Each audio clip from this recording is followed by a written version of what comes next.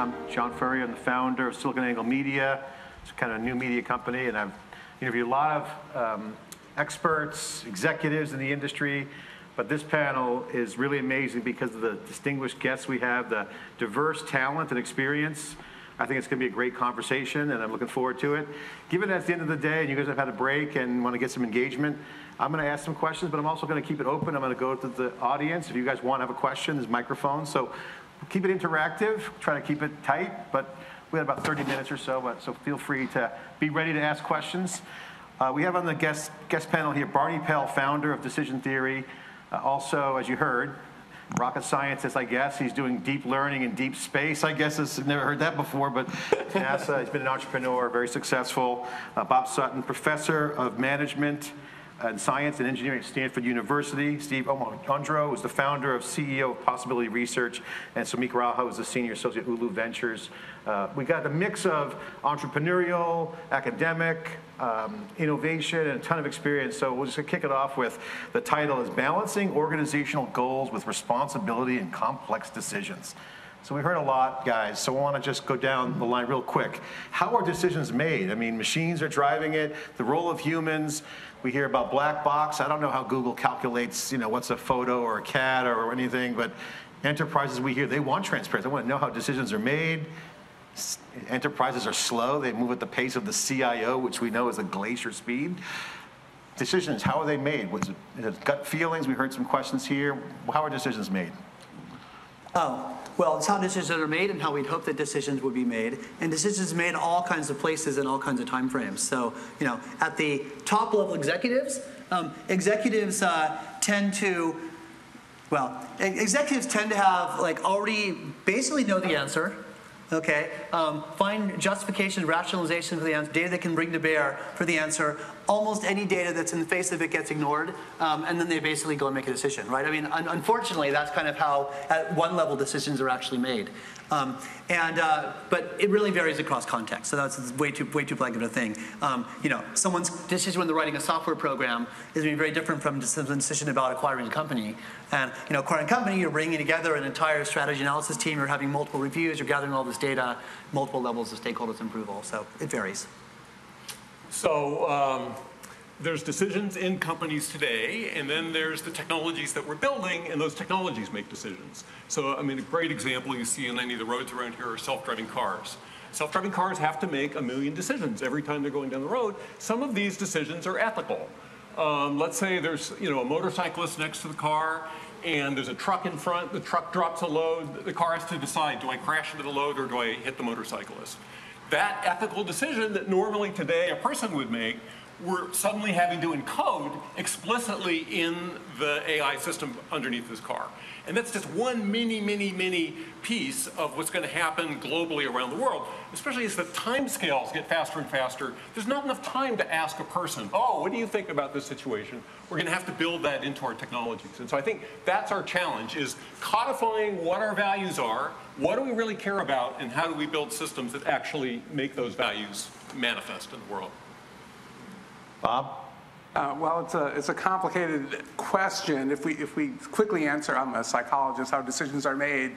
99% of the decisions we make are mindless, automatic, and just wired in and boom.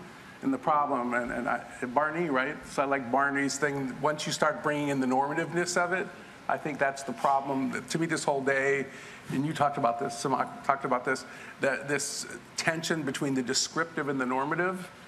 If we're talking about bringing responsibility to AI, I think that's where we're at in terms of the difficulty of the media. And the main way I can think about it, and then you know a lot more about this than I do, is we've got to figure out what the system of norms we want are. Is that related to values? And then we've got to figure out how to get consensus around those norms, which is really hard in human systems. Toby? So I can say a lot about this, but I think I'll just concur with Barney said it. Instead of repeating their points, I want to just give you a little quick live demo. And this demo is not from decision analysis. This is actually from artificial intelligence. So Yuva is going to go to google.com right now, and he's going to type in 3 words. And by the way, you're welcome to do this on your cell phone. And the words he's going to type is "my job is." But just make sure, is it on the screen? Can you guys see the screen yet? So let's make sure it's the screen. Escape out. Yeah, there we go. So as he sets up this demo, this is actually real data. This is Google, it searches the whole In the world. Google search box, the middle one. Yeah, see if you can type "my job is." Yeah, in the middle box. Keep on Search going. box, not in the address box. Type my space, MY. Yeah. My job is. Yeah, okay. Done here, boring, making me depressed, making me sick. And if sometimes I'm killing me, nothing positive comes out, okay? And this is the state of the world right now. This is terabytes of information. This is what's happening on the platform. So if you believe in AI, we are in big trouble. So to your question, we're doing something really wrong as far as decision making is concerned if the majority of the planet is feeling this live at this second right now. So the collective intelligence of sucks. Google's index says we're all depressed, we're feeling bad. I think the question that was on to Barney before we came on was about gut feelings. Biases, we always hear about people talking about biases, and we hear that all the time. That's not about biases, it's about people. The people's feelings are impacting. So people write code, and sometimes they teach the machines to write code. So people are involved in setting the explicit and creating the dynamic software. So if people are depressed, does that inherently mean software is depressing, Barney? I mean, First of all, by the way, I just want to say on that example, that data is drawn from what people have written. Okay, and it's actually not obvious that when people are happy, they feel the need to write to say my job is great. And we have this, as we were talking earlier, this distorted view. Like you read all the media, it looks like the world is falling apart. Unfortunately, all the wonderful good days that happen just are totally unrecorded. And if you actually I try to republish and retweet anything which is basically evidence of the world getting better, because it's better in so many ways than it was before. We don't want to go back 20 years. We don't want to go back 100 years. It's the best it's ever been, and it gets better every day. So, so I wouldn't be too biased by that. Let's pivot on that, because I think this is right. If you look at the search, you could look at that saying that is based upon Google's heuristic and algorithms around what people, how they're indexing. You're saying there's other data in there that they're not factoring in? I'm just saying that basically Google is deriving from the interactions that people have had, the data that Google has. And that data that Google has, it's not having, we only even write things, right? People don't say, I thought about committing suicide and decided not to. They don't write that very often. Sometimes they do. If you looked at the suicide, you'll see that, basically, yeah, that's just one example, but it's important because we're mining these things for suicide in text. So go ahead. To jump off on this, there's very good data that bad is stronger than good, that we remember it, it's more contagious. So I think that is part of it. But the problem with bad being stronger than good is it spreads like wildfire, and trying to spread good stuff is actually much harder. So there's an objective and a subjective part. But I like your answer, because people don't talk about goodness. It's just not as interesting. So how does AI help bring some of these goodness to the table? Because if machines are going to work on behalf of humans, inherently you might say the biases of humans should be in there. But if the data set that's being looked at, this is kind of the big conversation. These are new conversations that are happening around AI. The surface is being scratched right now. There's so much more. What are we missing? Guys, what are we missing in AI? What is the conversation that's not being had? So I want to build on what Barney said, and he's absolutely right. This is the bias about the skies are falling. And I feel that the good stuff doesn't come out because we are so limited to just one kind of learning, which is the intellectual learning. And so in my research, what I found was when I was listening for values, if you remember from my talk earlier, I was listening for inseparability from yourself. And how do you listen for inseparability? So I was listening for my own feelings responding to the other person's feelings. So I've been doing this for almost a decade now. And what I find at the end of it are a few phrases that are extremely meaningful and that define what is of essence to the other person. And I found this fascinating dichotomy of how that's received. So I've been doing it for men and women, and both are very this is great. But then I started measuring. So it turns out emotion researchers have done this for 30 years. So they will look at skin conductance response as a proxy for emotions, because when you feel emotions, your autonomic nervous system kicks in and you perspire just a little bit more. It's the same science the CIA uses for lie detector tests, except I used it for positive inspiration. And suddenly I had all these data points showing that when someone's really resonating from the inside, there are these peaks. And the response was so fascinating. There was a guy in the morning who was saying, oh, this is all warm and fuzzy stuff. Well, you know what? That's what the men say. And then when I started showing data, they're like, oh, this is amazing. Whereas the women were like, what's the big deal? We always knew feelings were real.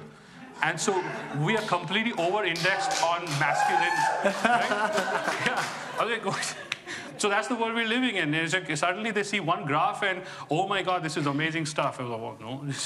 So I think this is also in the space that we have to start looking at other indicators, and our feelings connect us to a sense of reality that's right here and accessible. When you feel inspired, it doesn't show up in the data. That's because our instruments are not tuned to pick that up. So what instruments do we need to build to tap into that space? So Somik, I want to ask you on that point, because that's fascinating. People might be really interested in exploring that field.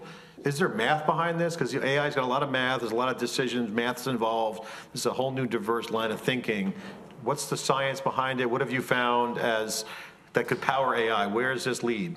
So this is still nascent, even though 30 years have passed. And what we found is that there's this naive view about decision making that if only we could remove our biases, we'd be fantastic decision makers. So what the neuroscientists did was they looked at people with brain damage. And so in the prefrontal cortex, where you can't process emotions anymore. And so the theory would be these guys would be the best decision makers. But what they found was the exact opposite, that they couldn't make even basic decisions. And when they did, the decisions were terrible. And it turns out that the way we learn is that your emotions help you label something as desirable or undesirable. So if you can't do that labeling, you actually can't form preferences. And if you can't form preferences, everything looks the same. And when everything looks the same, you can't make decisions. So emotions are absolutely fundamental if you are to make any decision at all. The problem is when we don't account for cognitive biases, but the mistake would be to over-index on that and take emotions out of the table.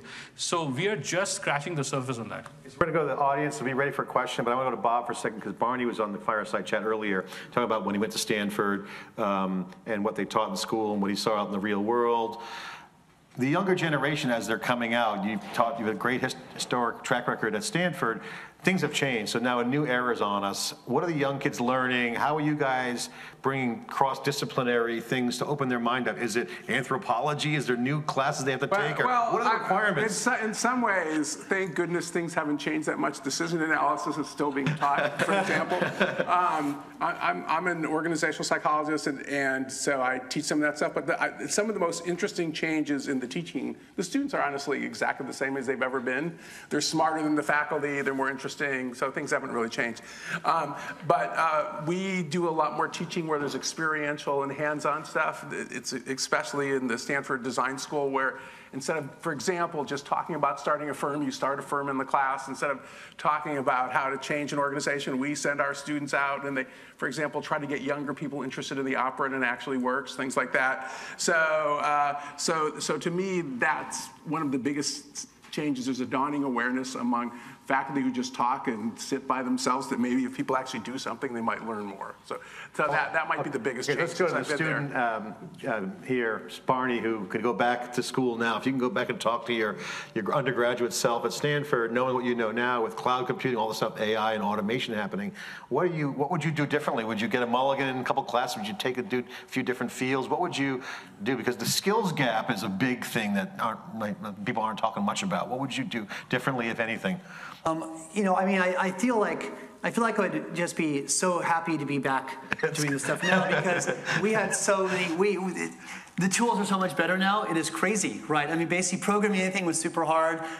Getting anyone's research was super hard. Now you can go tap into the world's brightest minds everywhere in the world, kind of in one keystroke. Open source everywhere. Check the code. Everything's running in the cloud. You don't have to run things on your machine anymore. You can tap into everyone's data. It is just completely amazing. I think about sort of millennial grad student hours, okay, as sort of a metric, right? So, basically one grad student today can do, okay, in 1 hour is probably like 100 or 1,000 hours of work back from, 30 years ago when I was an undergrad or a grad student. Really, probably 100 to 1,000 times. So that level of productivity means that most of what we were doing in the whole field of AI, 30 years ago, okay, would basically be like 100 people would just take out all that amount of time and productivity. So, I mean, it's just a great time. I would take advantage of all the resources and, try to program as many things as make real applications. And I would start businesses right away. Question over there. Before we get to that, the question? Just to add one piece to that, there are also a lot more grad students in AI today, partly because there's so much money in it. And for instance, in China is putting AI down in the high school and sometimes even elementary school level. And so we're going to have a massive wave of people who are skilled in these technologies. And there's huge incentives on the commercial side, but also you mentioned there's a big trend towards mission-driven social responsibility. A lot of the young people and companies now are looking at cross-connecting entrepreneurial and also big business mission-driven objectives tying into corporate responsibilities. Okay, question over here.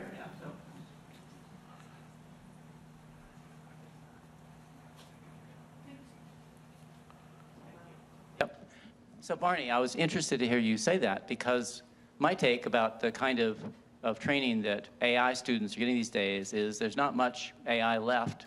And most of them aren't learning the kind of stuff that you use in your thesis work, and most of them could not redo your thesis at this point. Unless they had some giant training set that someone gave them, they wouldn't be able to reconstruct the general chess playing system that you built. Do you disagree with that? Well, so my PhD was on general game playing, and I was making a program that could take in the rules of like almost any game and figure out strategy from it, analyzing using lots of the classic AI techniques and machine learning, the stuff that we had available at the time. But in this case, I got to say I've been pretty humbled because what's happened with AlphaGo and AlphaZero, then playing the same program, basically playing Go, chess, and Japanese chess, is just phenomenal. Right, so it's really largely the same program. Now it isn't taking in the actual rules and reasoning about the rules. It's playing massive numbers of games and basically like more games than we would have ever had in all computing in the world back when I was doing the work. So, but it's amazing what that's accomplished. And lately with the real-time strategy game agents playing. So some of the things which I think we could have taken a much more symbolic approach to, just raw amount of data combined with machine learning can really do something when you have access. And now we're seeing people doing robotic grasping by taking a simulation and then just like trying this grasping sort of, massive numbers of times. And then the first time they put, with the right techniques, the first time they put it on robot arm, it's grasping and doing clockwork stuff that is just beautiful examples. So. No, I think there's been a lot lost. I mean, I think that most people who enter AI are entering in kind of machine learning, deep learning, and they don't even know that there was the rest. And I tell people that deep learning, right, was there when I was an undergrad. Okay, I took Rumelhart's class. It took 30 years before the computing was there and a few algorithmic tweaks and the sort of experimentation infrastructure. But so too were 20 other paradigms in AI. Okay, and they're all coming of age. Analogical reasoning. No one knows that there's been massive progress in analogical reasoning. It's overshadowed, by this other stuff. So I mean, there is a huge amount of work, and most people don't know about it, which is good. So let's bring up the conversation about the data tsunami coming. We talked about this on our prep call, and that there's an unprecedented amount of more data coming than we've ever seen. Again, that's scratching the surface. You see things like social media and Facebook elections, all this bad news, but there's some good in the collective intelligence of the crowd. Your demo speaks volumes to the Google example, but there's now a collective intelligence data set that's free-flowing, unstructured, a lot of dynamic data, and these new opportunities. How does the role of connected society, collective intelligence, might factor in for the goodness and potential dangers of AI? There's always a double sword. Throw that out to anyone on the panel. So I've got some comments about that. We're in a situation that the economists call co-opetition, where we've got a lot of entities, some of whose interests are aligned and some not. And the purveyors of AI today are primarily company marketers, Cambridge Analytica trying to manipulate elections, people who use the AI in order to figure out how to get people to behave in certain ways. The individual today doesn't have much AI on their side. And so in terms of sort of making things more to the positive, more to the good, I envision a future in which each person has a personal AI agent that you give your personal values to this agent, and that agent will filter what comes in. So you won't, just because bad news tends to spread, maybe you don't want to see bad news. Maybe you want it to find the little places where people are actually doing good and that you want to be inspired by that. And once everybody has those kinds of agents, suddenly that changes the whole game theory of the interaction to where now pushing bad news is no longer a profitable business. There's more of an intelligence on both edges, you're saying. Okay, guys, thoughts on this, because this now creates a new mindset of innovation. It is interesting to hear the discussion, because one thing that at least I see happening in technology and organizations over and over again is when something new happens and smart people come along. This works with Facebook and Google too, especially Facebook, is, oh, decentralization is good and everybody should be able to do what they want. That's a great example. But what happens when you have really decentralized systems is that really bad actors don't have people who can call them out and kind of knock down their behavior and kick them out. So you do need centralization. You do need strong norms to hold bad actors accountable. And that's the problem with decentralization. Everybody's, from agile systems to people who design technology. I remember I was hanging out at Facebook in the early days. They thought that everybody doing their own thing was all good. It's not all good, because some people are bad and you need some social controls. What about self-governance? How does governance as communities and data interact, people, humans? Is there a new way for some sort of... No, I don't think you would. I don't think, so you guys keep talking about technology. Social systems have not really changed very much, and our human brains haven't changed at all in the last, 100, 200, 3,000 years, whatever. And I want to build on that. I think what you're asking is really a question of consciousness. That yes, you can customize our AI systems to somebody's values, but actually nobody's asked the question, what do I value? In fact, if you go to most companies and say, what are you maximizing? We are maximizing NPV. Who told you to do that? Oh, isn't that what everybody does? So, and whose values are these? Well, we think that this is what the CEO cares about. Did you ask the CEO? No. We dare not ask him anything. So this is the state of the world we're in, where we're using metrics and no one has any idea why did we choose these metrics. And I'll give you a quick example. So I work in a venture VC fund, right? So on the face of it, we have a 10x probability weighted multiple on invested capital, which is you put in $1, you get $10 back. That's what we look for in deals, except it's probability weighted. It works great, it organizes our activity, it protects us from doing stupid things. But if you just looked at us with that metric, you would completely miss our spirit. Because at Ulu Ventures, we are optimized on an entirely different metric. And that metric is, how many referrals do we get from entrepreneurs we decline to fund? Just think about that for a moment. It's very easy to give a referral when we write you a big check. But to get a referral from a person we rejected, what does that mean in terms of how we have to show up as human beings? What do we have to value? So we value transparency, we value making clear why we're making the decision. In fact, decision analysis and all of the metrics, it allows us to deliver on our value. So it's one thing to say we will explain what we do, but when we give them the full decision analysis, look, this is how we made the decision. Our decision architecture has become transparent. Then the entrepreneur feels respect. It says, oh, this is not just a whim where you're just arrogantly sitting on top of money going yay or nay. So decision analysis allows us to respect human beings, and that's how we use it, because we have asked that question, what do we value? I feel like that has to come up front before any kind of technology or metrics. I think that transparency is a really key, and I think we could do with more transparency in our current governmental system. That shapes how you behave, though. When you now have a new tree of branches, Barney said on the decision tree, saying, be careful when you reject, or be sensitive to the letdown process, if you will. Okay, we had a question in the audience. Okay, you can stand up real quick. I have a question I could apply to all of you. It sort of circles back to what Lorian said when she invoked HAL at the beginning, right? The reason HAL didn't let the people back into the spacecraft was because HAL had decided that the humans were going to screw up the mission. So we had to get rid of the humans. But what I want to ask you about is this whole issue. I mean, Barney, you brought up the notion that these are tools.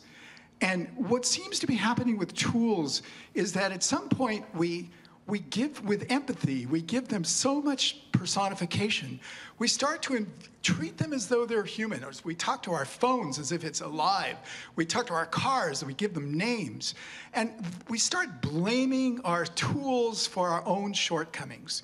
And so when we're talking about the difficulties of AI and the need for DI and the problems with giving these machines so much power, they're tools. How do we bridge this gap? How do we acknowledge that these tools are really, they're part of our system. Their value is dependent upon what we give them and how we use them. And I'd like to hear your opinions about our judgment, right? I mean, 40,000 people a year are killed in auto accidents. But if a self-driving car has one accident, then that's a bad technology. You see where I'm getting? I'm trying to go to this issue about where our value system, how our value system is applied to our machines and our tools versus how it's applied to another person. Do you see what I mean? Comes up with that MPV comment, do people work for the process or does the process work for the people? So the human, what guys' thoughts on that question? This is a good one. Anyone want to jump in? So one issue that's quite connected to that is we give a system some values. It makes decisions based on those values. There can be unintended consequences. It's very subtle what the sub-goals a system is going to generate given a high-level goal. And if we're not careful, we may give it the most wonderful goal, you know, make everybody on the planet happy, and it may decide that, oh, injecting everybody with heroin is a great way to do that. And so we have to think through, what are the consequences going to be of a particular kind of goal like that? And so that, I think, is one of the really challenging things that's coming up as we start to automate all the processes of society, really. Barney mentioned reasoning earlier. Reasoning comes into this too, because consequences are about reasoning a bit, isn't it? So, yeah, so one big contribution that decision analysis makes into this space is straightening out our language. And by the way, words are important. Words create worlds. So you start saying, so to your example, sir, you talked about 40,000 people being killed every day normally, and then one person with an AI system. So so if you go back to the mathematics that I was talking about, Hartman's mathematics, one human life is a life too much to be lost. Like you cannot say that 40,000 is much more than one. So that's the first intrinsic calculus. And so if we stop measuring the value of life, that's a very important starting point. And decision analysis never tries to measure the value of life. Instead, it uses language of our willingness to pay. So it says, look, this is a terrible outcome. What is your willingness to pay to avoid this outcome? That's a question I can actually answer because I have only this pot of money.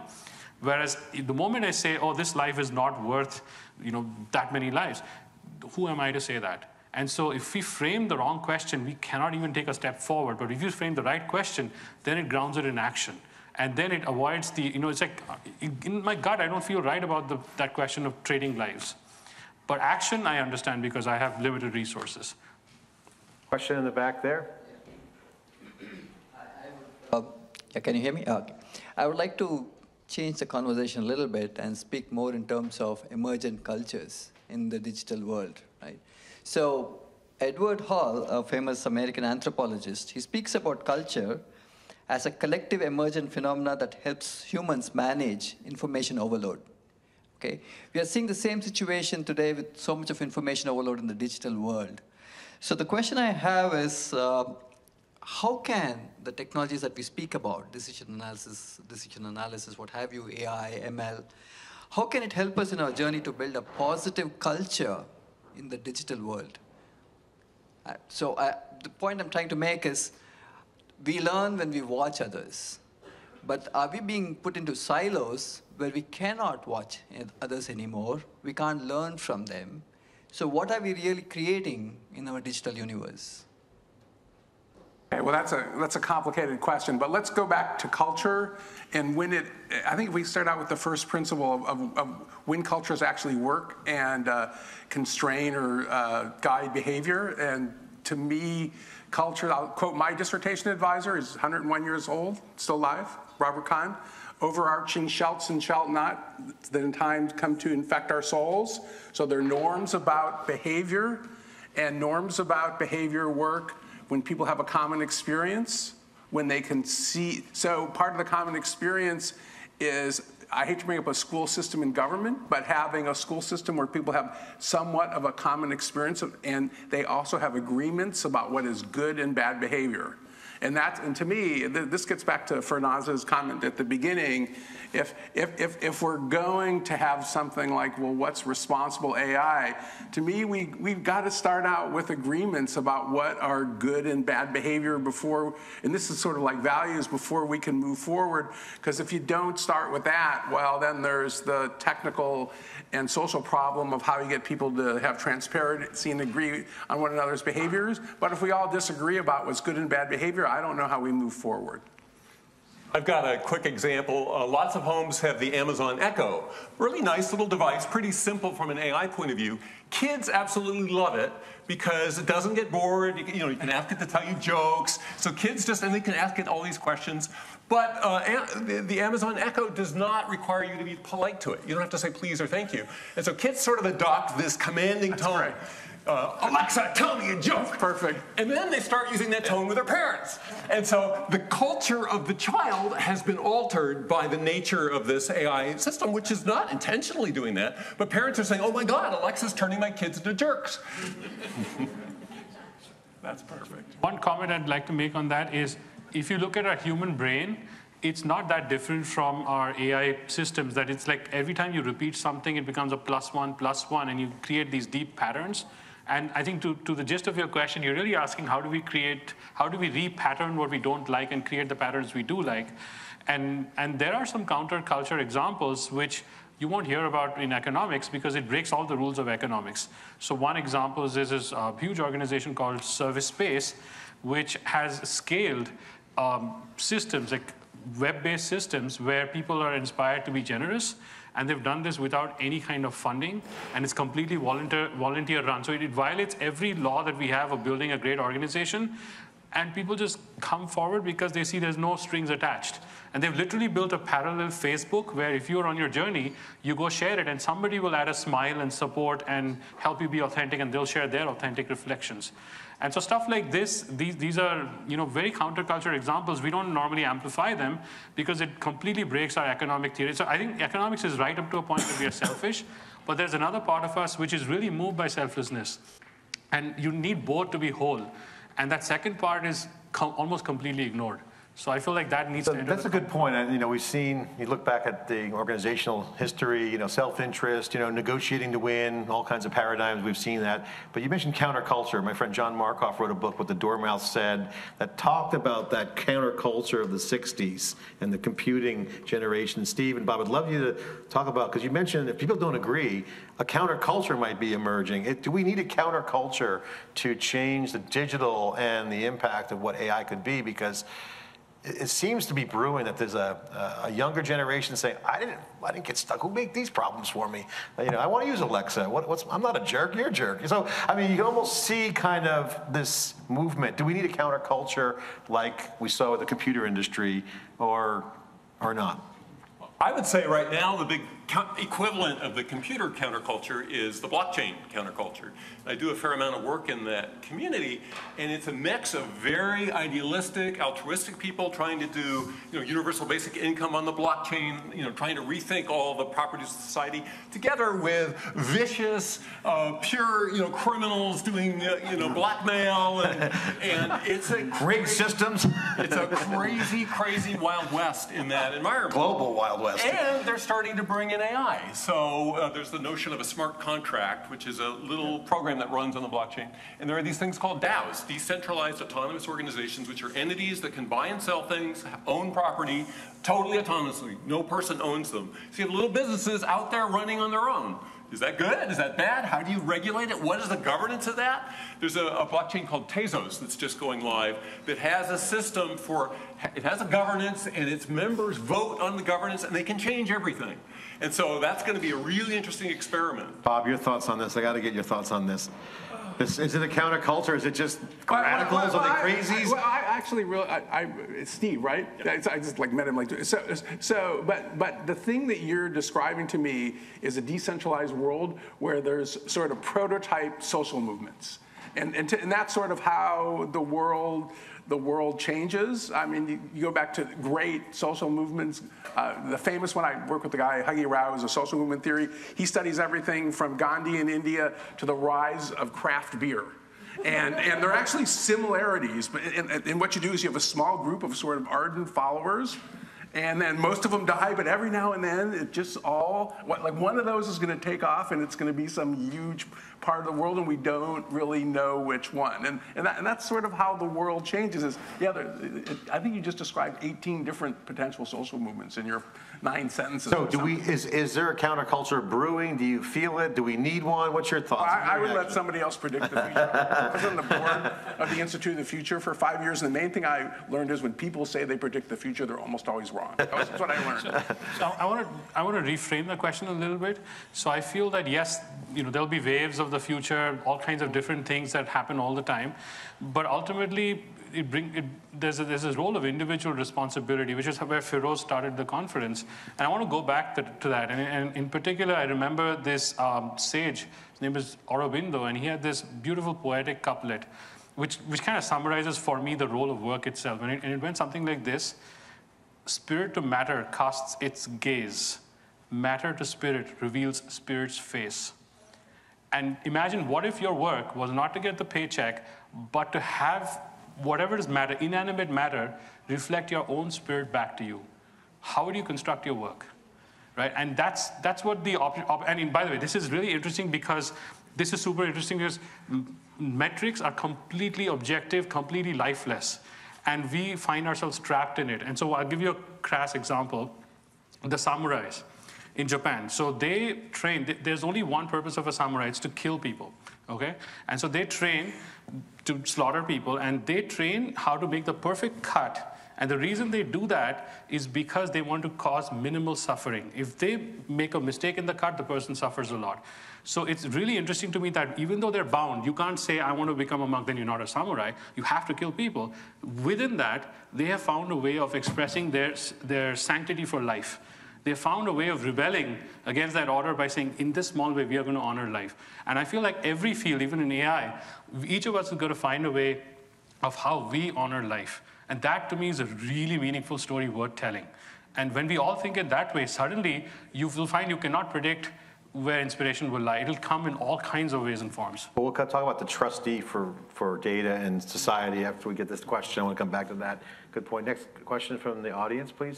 Really grateful for this space to chair and kind of talk about this really important topic. And I'm curious, kind of building both off Bob and Somik's questions, I being one of the few people I think here that's under 30 and coming out of Stanford very recently, my generation, I think, like I was raised in a secular environment in public schools, and I never had a discussion about values. It's just become explicit in the past 2 years after I went through like a really dark time in my life, and I had to kind of explore what my values are.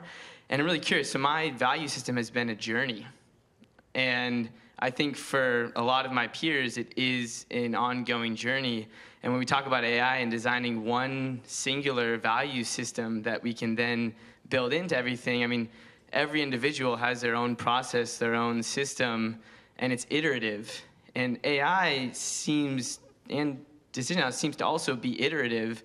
Is there a way that we can integrate kind of technology with the journey of values, which I am not a technologist at all, but curious to kind of help facilitate this iterative process so that we can come to some sort of collective consciousness around So let me start. You guys actually know AI, but I'll talk about norms and social systems. It's funny you brought up values and religion. I'm not a religious person, but one thing Hagi Rao and I talk about when we studied scaling is we'll see social system norms. There's always this battle between what we call Catholicism and Buddhism, even though he's Hindu and he's sort of Hindu and I'm sort of a Jew.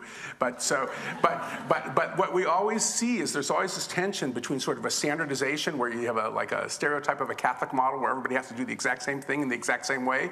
So that would be the one value system. But then there's always this Buddhist push where it's like, well, there's sort of some vague agreements, but you can kind of do whatever you want. And we have never, in all social systems, no matter how much they scale, they might tilt Catholic versus Buddhist, but there's always that tension. And it's a healthy tension, because sometimes you got to insist on standardization, and other times you can allow everybody to do it the same. Now, I don't know whether you can program this, but in social systems, it's a battle that's always there.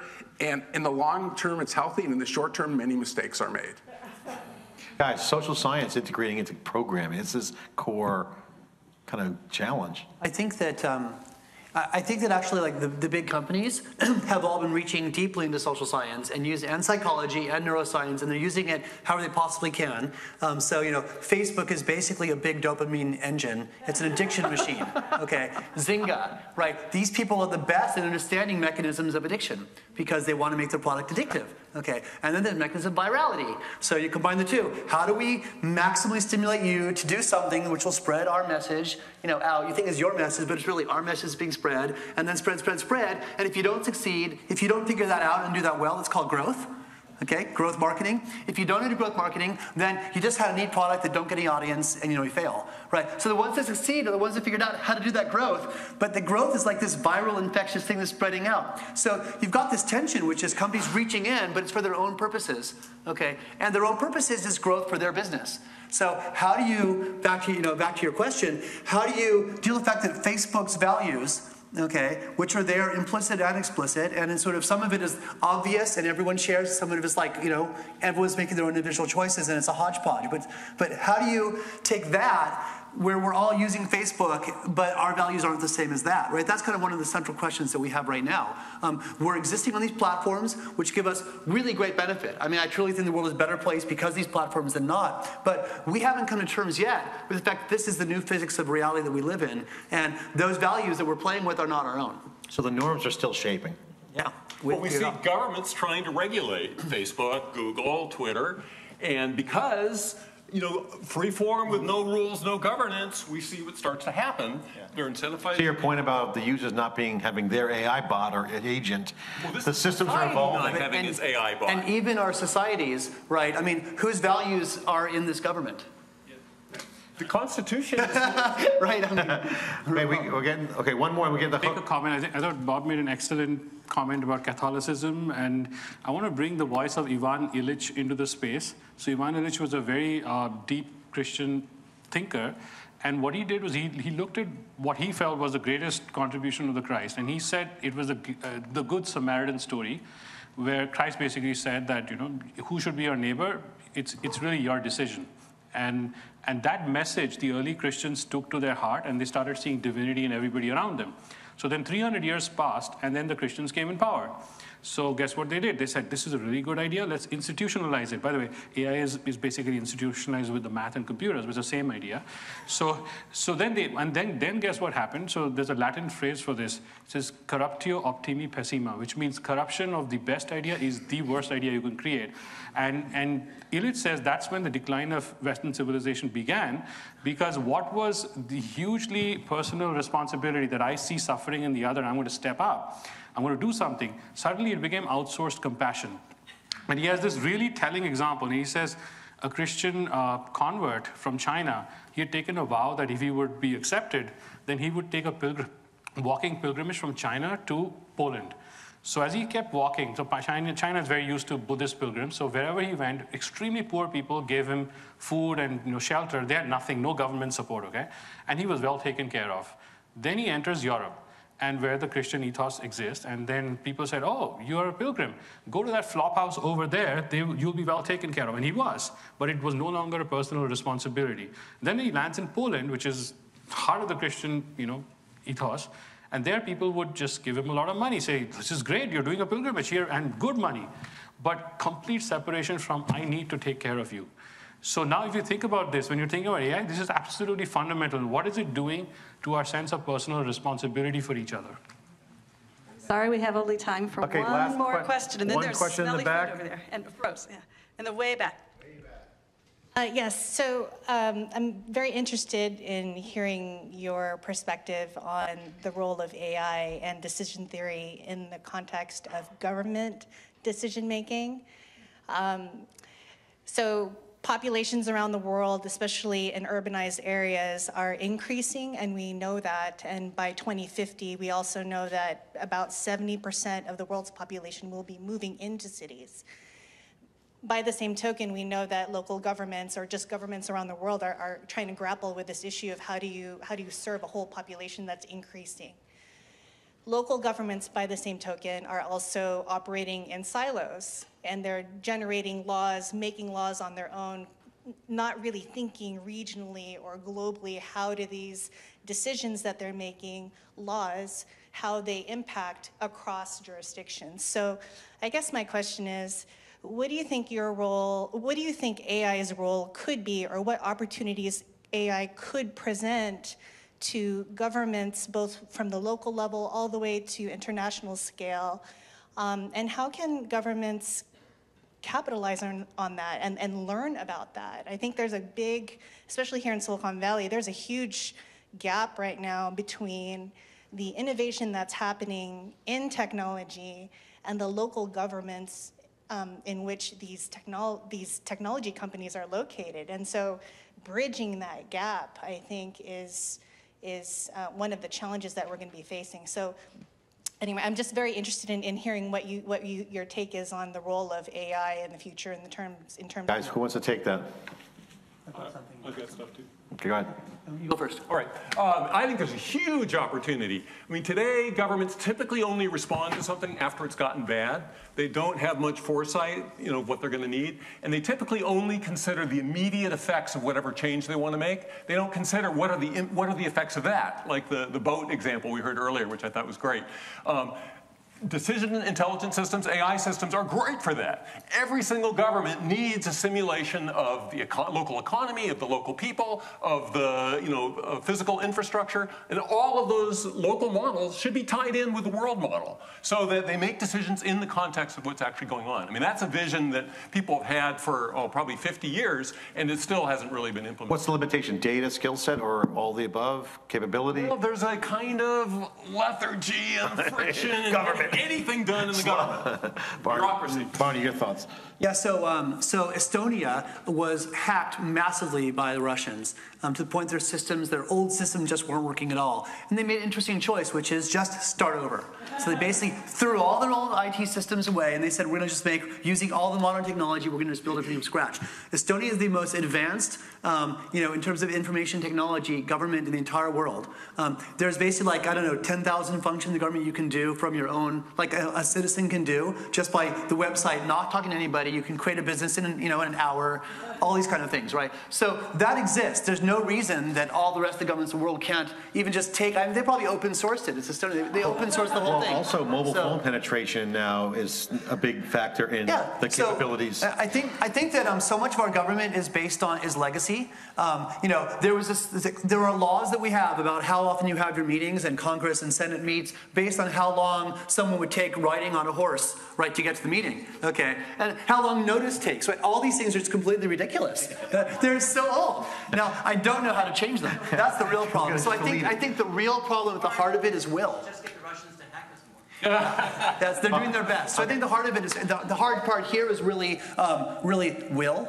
And if you actually have the will, the technology is absolutely here. But that's the hard part. Will and change is just super hard. Bob, you have any? I'm just going to say, I'm going to put in a good word for government. I used to teach with a guy named James Adams, who some of you may know, retired from Stanford. And he used to always make the argument that we can all joke about government, but he made the argument, if you look across the history of humankind, that almost all of our greatest innovations have been done by governments. The 7 wonders of the world, man on the moon, the internet, the atomic bomb, for better or worse. So you can bash government, but it's got a pretty good track record. And you look at the history of a city-state like Singapore, it's pretty impressive too. They ignited the counterculture of the 60s as well. Somik, so I have a slightly contrarian view, not slightly, quite a contrarian view on this topic. So I feel like we first need to make a big distinction between decisions and outcomes. So yes, government made horrible decisions which have led to good, like for instance, Nazis, they did horrible things, biological experiments. That data is the only data set you have for what do you do when you are freezing a human being alive. Now, do you want to say that's good for humans? I'm sure you can make that claim, but would you like to use that method?